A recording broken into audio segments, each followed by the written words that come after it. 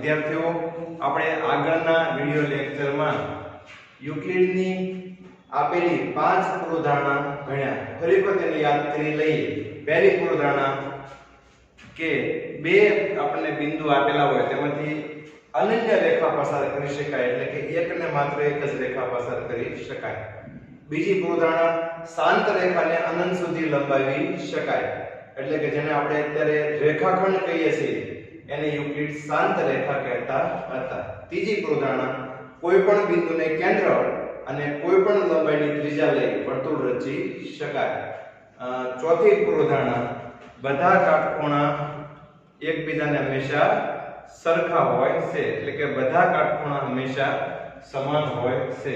અને પાંચમી પૂર્વધારણા ભણ્યા કે જે બહુ મહત્વની પૂર્વધારણા, બરાબર, જેને ઘણા બધા ગણિતશાસ્ત્રીઓએ એમાં ઘણા બધા સંશોધનો કર્યા કે ભાઈ બે રેખાઓ હોય એને કોઈ ત્રીજી રેખા છેદે, બરાબર છે, આ બે રેખાઓ છે એને કોઈ ત્રીજી રેખા છેદે અને તેની એક જ તરફના અંતઃકોણો નો સરવાળો બે કાટખૂણાના સરવાળા કરતા હોય છે. આ બંને એક જ તરફના અંતઃકોણો છે. આ ડાબી બાજુના અંતઃકોણનો છે, આપણે જમણી બાજુના અંતઃકોણનો સરવાળો બે કાટખૂણાના સરવાળા કરતા આપણને ઓછો દેખાય છે.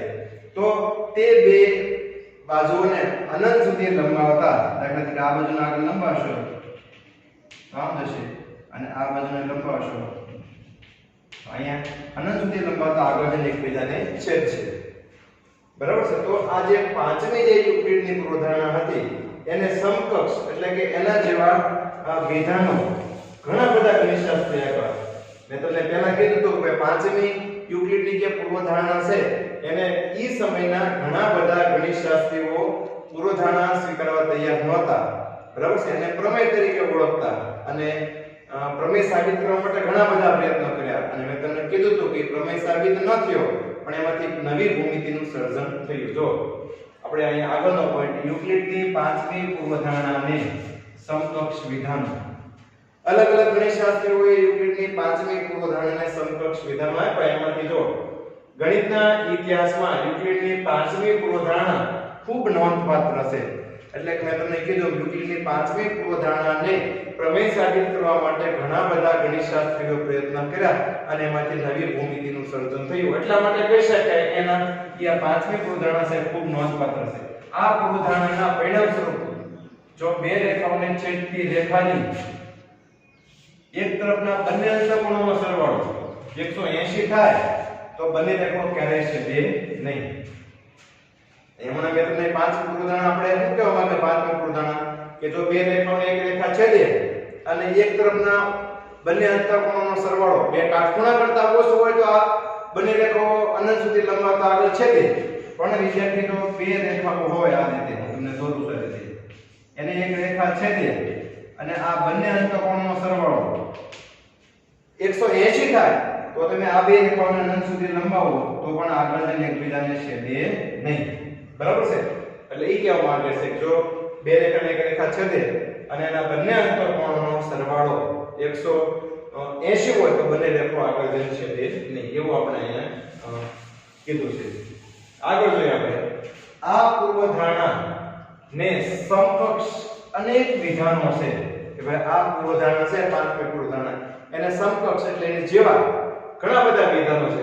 તેમાંથી એક પ્લેફેર જો ગણિતશાસ્ત્ર થઈ ગયા, પ્લેફેર સ્કોટલેન્ડના ગણિતશાસ્ત્ર થઈ ગયા અને એના વિધાન છે આપણે જો આપ્યું કે સ્કોટલેન્ડના એક ગણિતશાસ્ત્રી, સ્કોટલેન્ડના ગણિતશાસ્ત્રી જોહન પ્લેફેર, આખું નામ છે જોહન પ્લેફેર, બરાબર ને, ગુજરાતીમાં લખું એટલે કીધું તમને જોહન પ્લેફેર, જેને 1729 માં આ વિધાન આપ્યું હતું કે ભાઈ યુક્લિડની પાંચમી પૂર્વધારણાને સમકક્ષ વિધાન સ્કોટલેન્ડના ગણિતશાસ્ત્રી જોહન પ્લેફેરે કઈ સાલમાં એ પૂછાય 1729 માં આપ્યું હતું. એ નીચે મુજબ છે. જો કે દરેક રેખા L અને તેના પર ન હોય તેવું પ્રત્યેક બિંદુ P માટે જો દરેક રેખા L, જો એક રેખા L દોરો, આ એક રેખા છે L, આ જે પ્લેફેરનું વિધાન છે આ જે અહીં આપ્યું છે ને દરેક રેખા L અને તેના પર ન હોય તેવા પ્રત્યેક બિંદુ P માટે આ દરેક રેખા L ને એના પર ન હોય તેવો બિંદુ લઈ લીધો આપણે અહીંયા P. દરેક રેખા L અને તેના પર ન હોય તેવા પ્રત્યેક બિંદુ P માટે એક અનન્ય રેખા M એવી હોય છે કે જે P માંથી પસાર થાય અને L ને સમાંતર હોય. એટલે કહેવા શું માંગે કે આપણે કોઈ એક રેખા આપેલી હોય અને તેનું એક બહારનું બિંદુ આપેલું હોય, તો બહારના બિંદુમાંથી પસાર થતી અને આપેલી રેખા હોય એને સમાંતર કેટલી રેખા દોરી શકાય? તો કે એક અને માત્ર એક જ રેખા દોરી શકાય. દાખલા તરીકે આપણે રેખા L આપેલી છે અને એક બહારનું બિંદુ આપેલું છે આ P. તો આ P માંથી પસાર થતી અને આપેલી રેખાને સમાંતર હોય કેટલી રેખા દોરી શકાય? તો વિદ્યાર્થી જો આ P માંથી પસાર થતી અને આપેલી રેખાને સમાંતર હોય તેવી એક જ રેખા દોરી શકાય. આમ તો P માંથી છે ને આમ રેખા આપણે દોરવા જઈએ ને P માંથી તો અસંખ્ય રીતે રેખાઓ દોરી શકાય. બરાબર છે? P માંથી રેખાઓ અસંખ્ય દોરી શકાય, પણ આપેલી રેખા L ને સમાંતર અને બરાબર છે અને એના બહારના બિંદુમાંથી પસાર થતી હોય તેવી એક ને માત્ર એક જ રેખા દોરી શકાય. અને આના આધારે બીજું પણ એક વિધાન આપણને મળે કે દાખલા તરીકે આ બે રેખાઓ છે આપણે દોરી છે. અહીંયા માની લો કે આ રેખા દોરી છે, બરાબર છે? આ રેખા, આ બે જે રેખા દોરી છે આ રેખા L ને સમાંતર નથી, આ બે છેદતી રેખાઓ છે. એટલે એમ પણ કહી શકાય બે છેદતી રેખાઓ ક્યારે કોઈ એક રેખાને સમાંતર હોઈ શકે નહીં. બે છેદ, જો આના આધારે વિધાન બે છેદતી રેખાઓ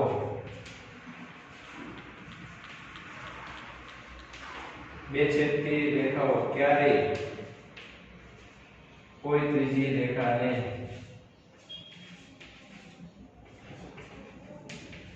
સમાંતર ન હોઈ શકે.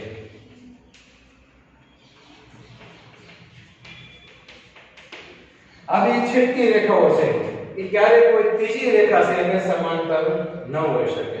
બરાબર છે? એ આપણે જે આ પ્લેફેર જે વિધાન આપ્યું એના આધારે સાબિત થાય છે. આ બે છેદતી રેખાઓ છે ક્યારે કોઈ ત્રીજી રેખાને સમાંતર હોઈ શકે નહીં. તો બીજી રીતે જો હું આમ બે છેદતી રેખા દોરું, આ બે છેદતી રેખા દોરી તો આને નો સમાંતર થાય, નો આને થાય, નો આને થાય. કારણ કે બે છેદતી રેખાઓ છે એ આગળ જઈને કોઈ પણ રેખાને છેદે જ તે, એટલે એ કોઈ રેખાને સમાંતર થઈ શકે નહીં. તમે તમારા જાતે થોડો પ્રયોગ કરજો.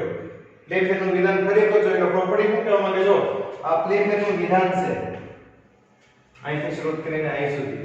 પ્લેફેર નામના લીધું ને કે સ્કોટલેન્ડના પ્લેફેર નામના ગણિતશાસ્ત્રીએ યુક્લિડની પાંચમી ક્રોધાનને સમકક્ષ વિધાન આપ્યું. ઘણી વખત પરીક્ષામાં પૂછાય કે યુક્લિડની પાંચમી ક્રોધાનને સમકક્ષ વિધાન કયા ગણિતશાસ્ત્રીએ આપ્યું? તો કે આ જ્હોન પ્લેફેર.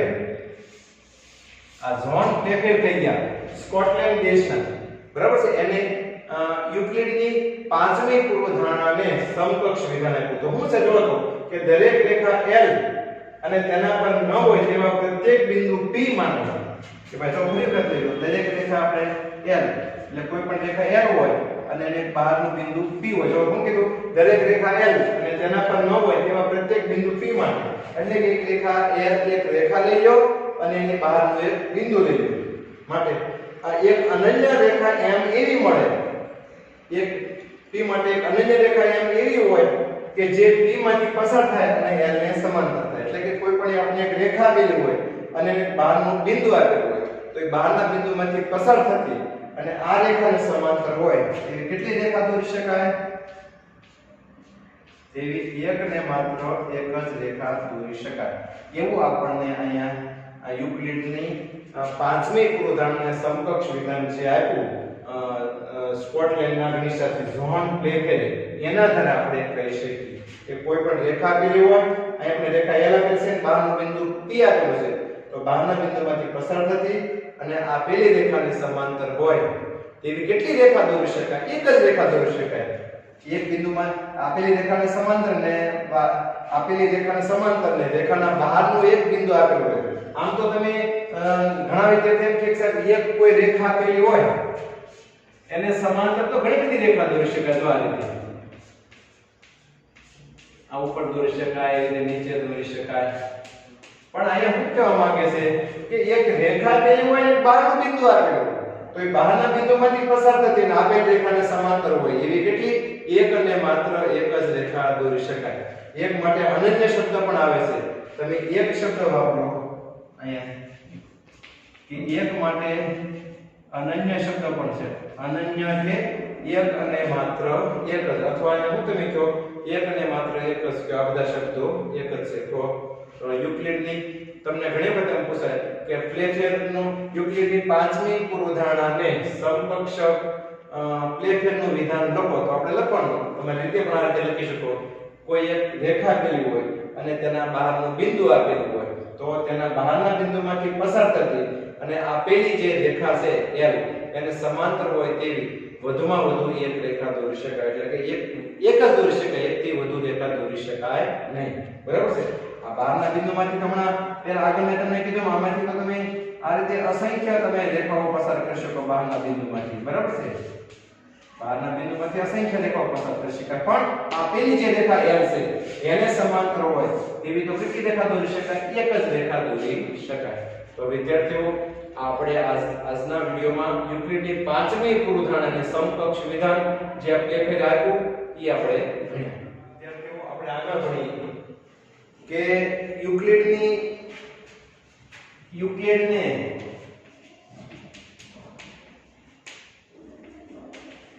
તેના પ્રથમ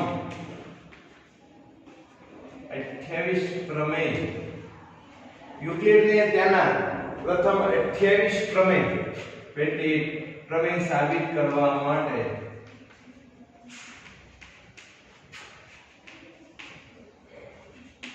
પાંચમી પૂર્વધારણાની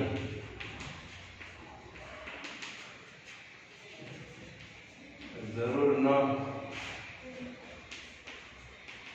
પડી હતી. યુક્લિડને છે એના પ્રથમ 28 પ્રમેય સાબિત કરવા માટે આપણે આગળના વિડિયો લેક્ચરમાં ભણ્યા હતા કે યુક્લિડે છે ટોટલ 465 જેટલા પ્રમેયો છે એ સાબિત કર્યા. એમાં પ્રથમ 28 પ્રમેય સાબિત કરવા માટે યુક્લિડને એની 5મી પૂર્વધારણાની જરૂર ન પડી હતી. બરાબર છે? અને ઘણા બધા ગણિતશાસ્ત્રીઓએ મેં તમને પહેલા કીધું એમ કે 5મી પૂર્વધારણાને ઘણા બધા ગણિતશાસ્ત્રીઓ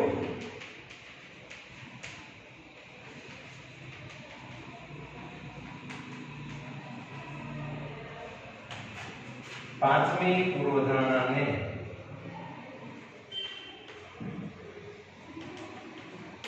ઘણા બધા ગણિતશાસ્ત્રીઓ પાંચમી પૂર્વધારણાને પૂર્વધારણા સ્વીકારવા તૈયાર ન હતા. આપને મેં પહેલા પણ કીધું કે ઘણા બધા ગણિતશાસ્ત્રીઓ છે એ પાંચમી પૂર્વધારણા સ્વીકારવા તૈયાર ન હતા અને તેઓએ પાંચમી પૂર્વધારણાને એટલે ઈ ગણિતશાસ્ત્રી ઘણા બધા ગણિતશાસ્ત્રીઓ થઈ ગયા કે જે પાંચમી પૂર્વધારણાને પ્રમેય સાબિત કરવા પ્રમેય માનતા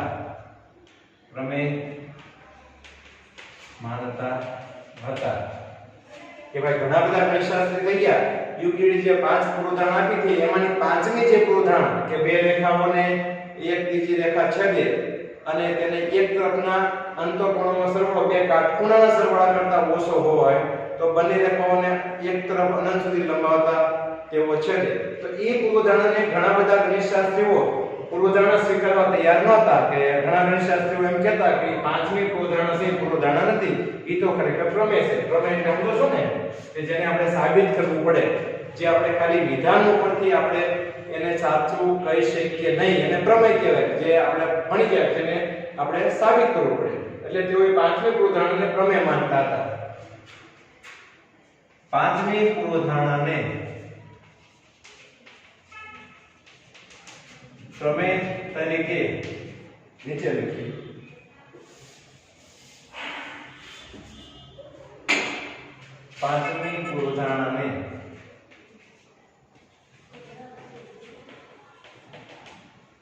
પ્રમેય તરીકે સાબિત કરવા પાંચમી પૂર્વધારણાને પ્રમેય તરીકે સાબિત કરવા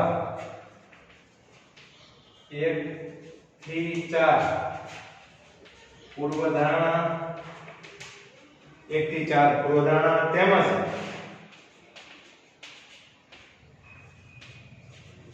સ્વયંસિદ્ધ સત્યો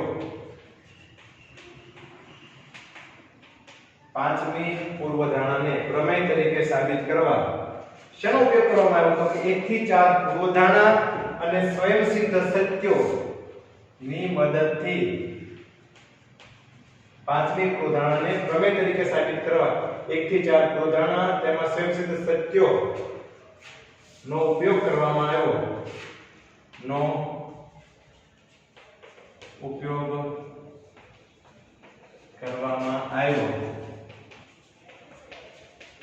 છતાં પણ પાંચમી પૂર્વધારણાને પ્રમેય તરીકે સાબિત કરવા માટે શેનો ઉપયોગ કરવામાં આવ્યો તો કે 1 થી 4 પૂર્વધારણા અને સ્વયંસિદ્ધ સત્યોનો ઉપયોગ કરવામાં આવ્યો છતાં પણ પાંચમી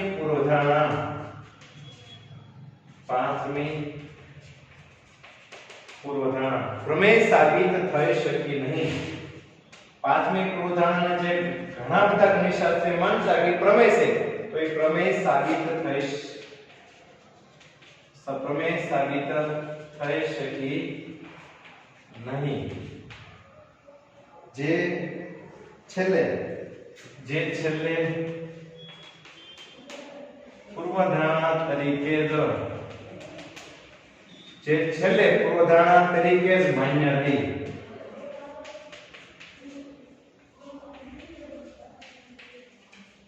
બરાબર છે કે ભાઈ પાંચમી પૂર્વધારણા આપણે શું લખ્યું જોઈએ આમાં કે ભાઈ પાંચમી જે પૂર્વધારણા છે એને ઘણા બધા ગણિતશાસ્ત્રીઓ પ્રમેય પૂર્વધારણા માનતા જ ન હતા કારણ કે એ તો પ્રમેય છે એમ કહેતા હતા. એટલે પ્રમેય સાબિત કરવા માટે 1 થી હું શેનો ઉપયોગ કર્યો તો કે 1 થી 4 પૂર્વધારણા અને જે આપણે સ્વયંસિદ્ધ સત્યો ભણ્યા સ્વયંસિદ્ધ સત્યોનો ઉપયોગ કરવામાં આવ્યો છતાં પણ પાંચમી પૂર્વધારણા છે એ પ્રમેય સાબિત થઈ શકે નહીં જે છેલ્લે પૂર્વધારણા તરીકે જ માન્ય રહી. અને આ પ્રયત્નોને કારણે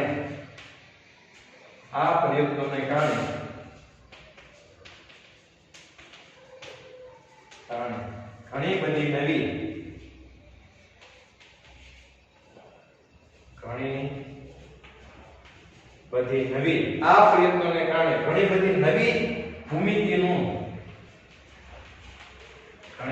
નવી ભૂમિતિનું સર્જન થયું. આ પ્રયત્નોને કારણે ઘણી બધી નવી ભૂમિતિનું સર્જન થયું. એમાં ઘણી બધી નવી ભૂમિતિનું સર્જન થયું. બરાબર છે. અને જે અયુક્લિડીય ભૂમિતિ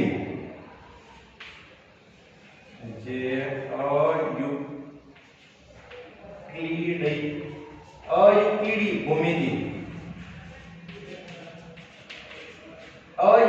ભૂમિતિ એટલે યુક્લિડ સિવાયના જે ગણિતશાસ્ત્રીઓ આપી જો યાદ રાખો ઘણી વખત પરીક્ષામાં પૂછાય કે ભાઈ અયુક્લિડીય ભૂમિતિ એટલે શું તો કે ઘણા આ રીતે તમારે લખવાનું છે ઘણા બધા આટલી બધી લાંબી રીતે લખવાની તમારે રીતે ટૂંકમાં પણ લખી શકો કે ભાઈ ઘણા બધા ગણિતશાસ્ત્રીઓએ યુક્લિડની પાંચમી પૂર્વધારણાને પ્રમેય સાબિત કરવા માટે પ્રયત્ન કર્યો અને જે પ્રમેય તરીકે સાબિત ન થઈ પણ તેના કારણે ઘણી બધી નવી ભૂમિતિ શોધાય એટલે કે નવી ભૂમિતિનું સર્જન થયું જે અયુક્લિડીય ભૂમિતિ તરીકે ઓળખવામાં આવે છે.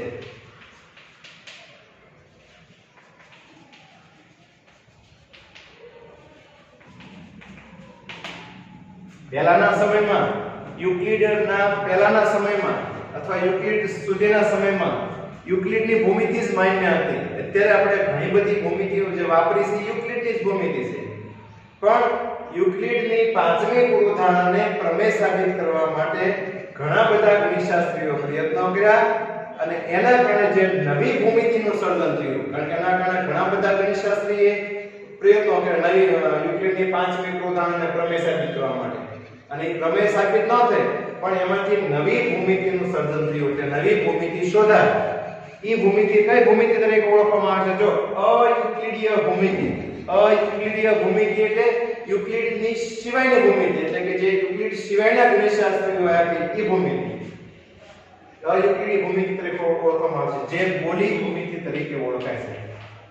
જે કેવી ગોલી ભૂમિતિ તરીકે ઓળખાય છે. જે ગોલી ભૂમિતિ તરીકે ઓળખાય છે. જે ગોલી ભૂમિતિ, કે ગોલી ભૂમિતિમાં શું હોય કે ગોલી ભૂમિતિમાં જેમાં રેખાઓ ગોલી ભૂમિતિમાં શું હોય, હમણાં તમને આકૃતિ દોરીને બતાવું છું, જેમાં રેખાઓ સીધી હોતી નથી.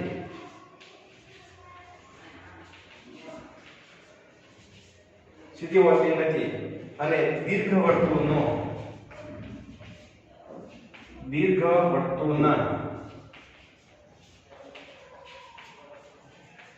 ભાગ હોય છે. તો યાદ રાખો વિદ્યાર્થી, ઘણી વખત પરીક્ષામાં પૂછાય કે અયુક્લિડીય ભૂમિતિ છે એ કઈ ભૂમિતિ તરીકે ઓળખાય છે? તો અયુક્લિડીય ભૂમિતિ છે એ ગોલી ભૂમિતિ તરીકે ઓળખાય છે. બરાબર છે?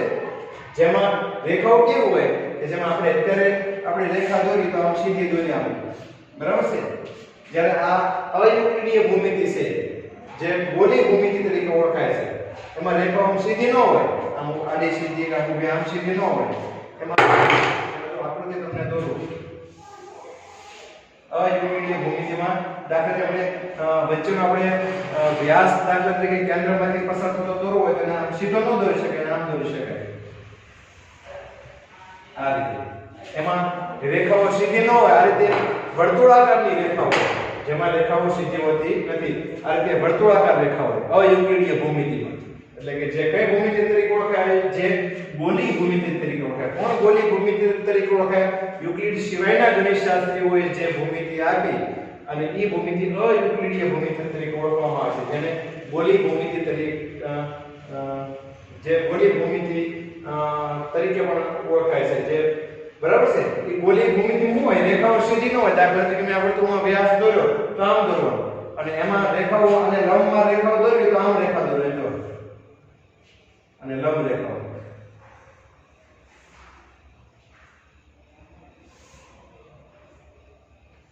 આ લંબ રેખાઓ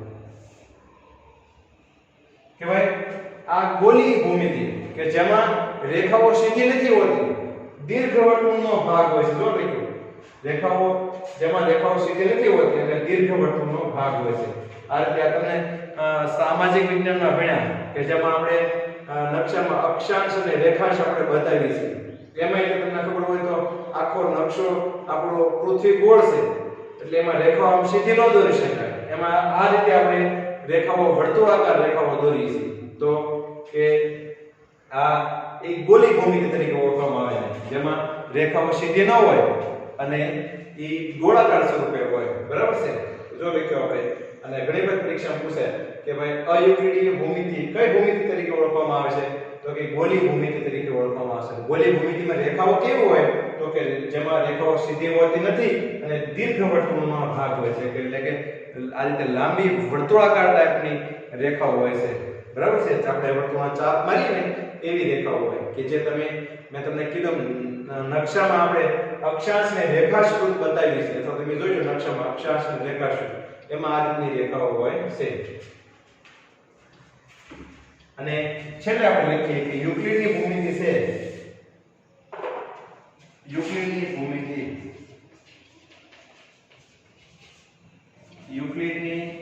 ભૂમિતિ માત્ર એક જ સમતલમાં, યુક્લિડની ભૂમિતિ એક જ સમતલમાં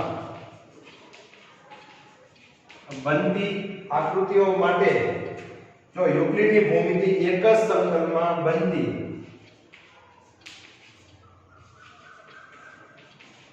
આકૃતિ માટે માન્ય છે. આ યુક્લિડની ભૂમિતિ છે એ યુક્લિડની ભૂમિતિ એક જ સમતલમાં બનતી આકૃતિ માટે જ માન્ય છે, અને વક્ર સપાટીમાં તે નિષ્ફળ જાય છે. અને વક્ર સપાટીમાં વક્ર સપાટીમાં તે નિષ્ફળ જાય છે. એટલે વક્ર સપાટી માટે આ રીતે જે અયુક્લિડીય ભૂમિતિ છે, બરાબર છે, એ વક્ર સપાટી માટે પણ શક્ય છે, બરાબર છે. અયુક્લિડીય ભૂમિતિ છે એ સમતલ સપાટી માટે પણ શક્ય છે, અને આ રીતે વક્ર સપાટી હોય, આ રીતે દાખલા તરીકે આપણે અક્ષાંશ વૃત્ત અને રેખાંશ વૃત્ત બતાવવું હોય તો એમાં પણ એ શક્ય છે, બરાબર છે. પણ આ યુક્લિડની ભૂમિતિ છે એ શું તો એક જ સમતલમાં બનતી આકૃતિ માટે માન્ય છે. એટલે કે સમતલમાં જે આકૃતિ બને, બરાબર છે, ચોરસ છે, લંબચોરસ છે, ત્રિકોણ છે, ખૂણો છે, રેખા છે, રેખાખંડ છે, કિરણ છે, બિંદુ છે, બરાબર છે, તો એક જ સમતલમાં બનતી આકૃતિ માટે માન્ય હતી યુક્લિડની ભૂમિતિ. વક્ર સપાટીમાં એ નિષ્ફળ જતી હતી. એટલે કે વક્ર સપાટી વળેલી સપાટી હોય તો એમાં આપણે યુક્લિડની ભૂમિતિ કામમાં લાગતી નહોતી. પણ જે આ અયુક્લિડીય ભૂમિતિ એટલે કે યુક્લિડ સિવાયના ગણિતશાસ્ત્રીઓએ આપી અને અત્યારે જે આપણે ભૂમિતિ જે ઉપયોગ કરીએ છીએ એ તમામ અયુક્લિડીય ભૂમિતિ, એમાં કઈ યુક્લિડની ભૂમિતિનો ઉપયોગ તો છે જ તે, યુક્લિડે જે કઈ નિયમો શોધે એનો તો ઉપયોગ છે જ તે, પણ યુક્લિડ સિવાયના ગણિતશાસ્ત્રીઓએ પણ નવા નવા સંશોધનો કર્યા. એ સાથેની ભૂમિતિ અત્યારે આપણે વાપરીશું, જેને અયુક્લિડીય ભૂમિતિ કહેવામાં આવશે. અને એ અત્યારે કઈ ભૂમિતિ તરીકે ઓળખવામાં આવશે? ગોલીય ભૂમિતિ તરીકે ઓળખવામાં આવે છે. વિદ્યાર્થીઓ, અહીંયા આપણું 5મું ચેપ્ટર કે યુક્લિડની ભૂમિતિનો પરિચય પૂર્ણ થાય છે. હવે માત્ર સ્વાધ્યાયના પ્રશ્નો, અને આમાં સ્વાધ્યાયના પ્રશ્નો એવા જ છે જે આપણે અહીંયા ચેપ્ટરમાં ભણી ગયા છે. તો મેં તમને અત્યાર સુધીનું જે કંઈ ભણાવ્યું છે એ તમામ હવે આપણને આગળ જઈને, એટલે કે જે આગળના આપણે જે ભૂમિતિના ચેપ્ટરો ભણવાના છે, બરાબર છે, એ રેખાઓ છે, ખૂણા છે, ત્રિકોણ છે, ચતુષ્કોણ છે, બરાબર છે, વર્તુળ છે, એમાં તમામમાં આ યુક્લિડની ભૂમિતિના પરિચયનો ઉપયોગ આવવાનો છે. એટલે તમે આ ચેપ્ટરનો આ જે મેં તમને ભણાવ્યું છે આમાં કંઈ દાખલા નથી આવતા, તમામ મેં તમને બોર્ડમાં લખીને સમજૂતી સાથે ભણાવ્યું છે. એટલે આ તમે વિડિયો બધાય પાકી બુકમાં સારા અક્ષર લખી નાખજો.